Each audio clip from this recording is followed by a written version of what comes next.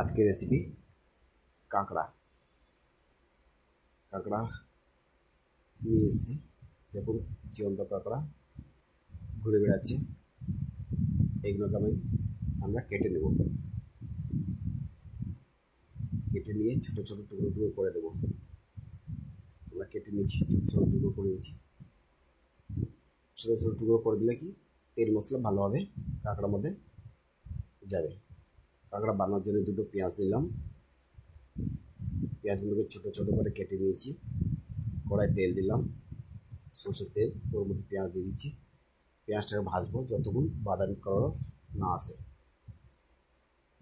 Brown colour হয়ে গেলে পেঁয়াজটা এবারে কাঁকড়া দেবো। পেঁয়াজটা ভাজছি, একটু নাড়বো। পেঁয়াজটা যতক্ষণ লাল না হয় নিলাম। আর একটু ভাজা হবে।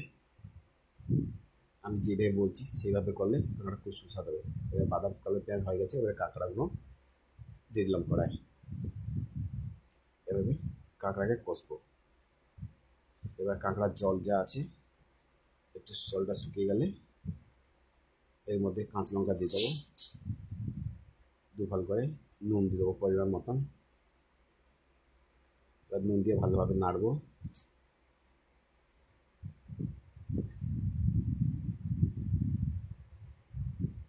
এর মধ্যে আমরা সরষে দই একসাথে বাটবো। হলুদ দিয়ে দিলাম।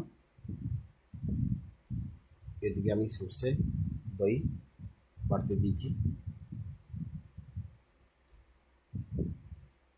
সরষে দই নিলাম একসাথে, নিয়ে বাটবো। বেটে এটাকে ছেঁকে নেব। ছেঁকে নিলে কি হয় না, খোসাগুলো তাহলে মুখে পড়ে না, আর দেখতে খুব সুন্দর হয়। নাহলে কিছু খোসার মধ্যে থাকলে কি দেখতে কেউ বিচ্ছিরি লাগে। এবার সর্ষে ছেঁকে নিয়েছি, তারপর আমাদের ঢেলে দেবো। ঢেলে নিয়ে ভালোভাবে নেড়ে চেড়ে নিয়ে ফুটাবো। ফুটে গেলে ফুটা যেন একটু সিদ্ধ হওয়ার জন্য এটা ঢাকা দিয়ে দেবো।